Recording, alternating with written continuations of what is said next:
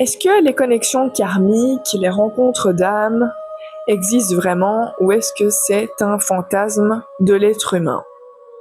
Comme je n'ai pas toutes les réponses à ce genre de questions parce que je garde de l'humilité, ce qui est très important, mais que je trouve très intéressant de parler de ce sujet parce que il y a quand même certains et certaines d'entre vous qui avaient sûrement déjà rencontré une ou plusieurs personnes avec qui vous ne savez pas expliquer, mais c'est instantané. Il y a une connexion, il y a une alchimie, vous ne devez pas vous traduire, cette personne ne doit pas se traduire, et c'est comme si vous connaissiez depuis très longtemps et que vos âmes s'étaient déjà rencontrées sur plusieurs réincarnations dans plusieurs époques.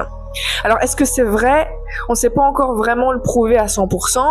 Et à côté, est-ce que ce serait pas plutôt une question de rationnel, de l'ordre de plus on a des centres d'intérêt en commun avec telle personne, et plus on a un diapason au niveau de la mentalité et au niveau des valeurs, il y a de fortes probabilités que, évidemment, il y ait de la profondeur dans les conversations, vous vous reconnaissiez sur beaucoup de choses et que ça fasse résonance parce que tout simplement, eh bien, c'est une personne avec laquelle vous avez plus de points en commun que d'autres personnes que vous avez rencontrées le long de votre vie. Sauf que le long de notre vie, on ne rencontre pas des milliards de personnes tous les jours et évidemment par exemple si c'est dans la vraie vie et que vous allez dans des endroits, dans des environnements que cette personne aime bien fréquenter, quel que soit le type de relation, évidemment qu'il y a plus de probabilités qu'il y ait d'autres points communs à côté. C'est pareil sur les applications.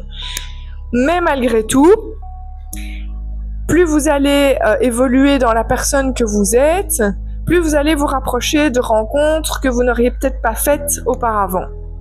Donc, est-ce que c'est purement paranormal ou est-ce que c'est de l'ordre de la spiritualité ou est-ce qu'aussi il y a quand même des explications rationnelles? Je dirais qu'il y a un peu des deux.